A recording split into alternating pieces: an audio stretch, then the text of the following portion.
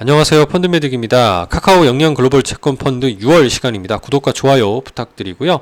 금리 하락에 대한 과도한 베팅보다는 좀 선반영될 수 있다 보니까 반작용, 오히려 반등할 수 있는 그런 가능성에 대비할 때가 아닌가 생각을 하고 있고, 미국채 10년물 기준으로 4.3을 돌파해서 한 4.6에서 거의 전고점 5% 가까이를 상단으로 보고 분할 매수할 필요가 있지 않을까 생각도 들고요. 또 하이힐드 같은 채권, 투기 등급 채권도 지금 좋아 보이는 국면이지 않나라는 말씀도 같이 드려봅니다. 한 달간 1%가량 상승을 했고요. 이제 파란색이 국채금리 10년 만기 국채금리입니다. 6월 한 달 동안 금리가 하락을 했고, 채권 기준 가격은 상승하는 모습입니다. 이제 매니저 노트상의 특징으로는 각종 지표, 인플레이션 지표라든가 이런 건 소비 지표 이런 건 부진하는 건 금리 하락 재료이거든요. 그러면 이제 강세죠. 가격이 올라가는. 그럼에도 불구하고 월말 미국 대선 TV 토론 때문에 바이든의 지지율이 급격히 떨어지고 오히려 트럼프가 당선되는 거 아니냐라는 걱정과 더불어 금리가 급등하는 모습을 보였대요. 왜냐하면 트럼프 대통령은 현재 감세가 공약이고요. 그렇다 보니까 국채를 대거 발행할 거다.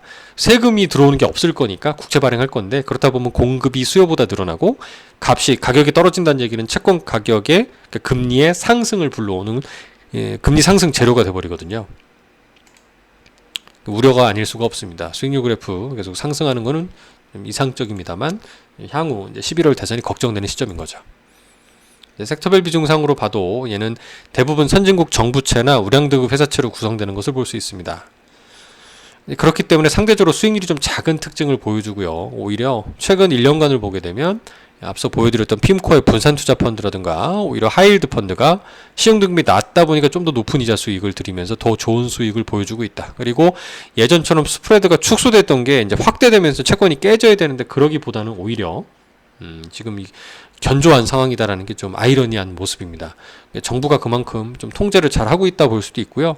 또 앞서 3호 대출 펀드 같은 게 잘 팔린다라는 뉴스를 지난번에도 말씀드린 적이 있는데, 이제 이런 등 대체 수요군들이 활발해지다 보니까 이제 하이힐드 채권 발행 기업들 입장에서는 좀 숨통이 트여서 그런 게 아닌가라는 생각도 해봅니다. 어쨌든 지금 국면에서는 핌코의 분산투자 펀드라든가 에이스, 한투저, 미국 하이힐드 액티브 ETF 좀 괜찮아 보인다는 말씀 같이 드려봅니다.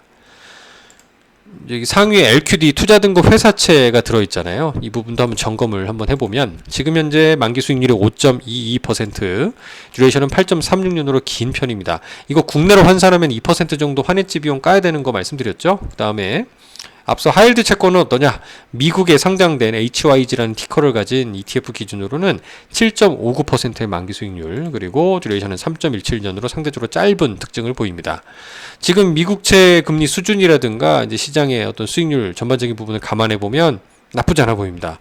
스프레드가 역대급으로 좁혀 있다는 게 좀 찜찜한 부분인데요. 이 부분은 상대적으로 좀 급격히 확대되기는, 글쎄요, 은행들의 신용위험이 높아지거나 그런 징후가 딱히 보이진 않아 보입니다. 우리나라가 좀 걱정되는 거죠. 월간 코멘트 상으로는 개인 소비 부진, 내수 부진, 물가지표 등의 금리 인하 재료고, 채권의 가격 상승, 강세 추세에 보탬이 되는 재료입니다. 크레딧 스프레드는 유럽의 지정학적 리스크, 불확실성 확대 등으로 소폭 확대되면서 채권 가격 하락을 불러왔다고 하는데요. 향후 계획상으로는 이제 외국인 노동자 관련 정책이 트럼프 대통령이 되면 강화된다. 즉 이민자, 멕시코동에 넘어오는 이민자를 막아버리겠죠. 그럼 노동시장의 공급이 줄어들 거니까 임금이 오히려 올라가는, 그러니까 물가 상승 재료가 돼버린다는 게 시장의 우려입니다.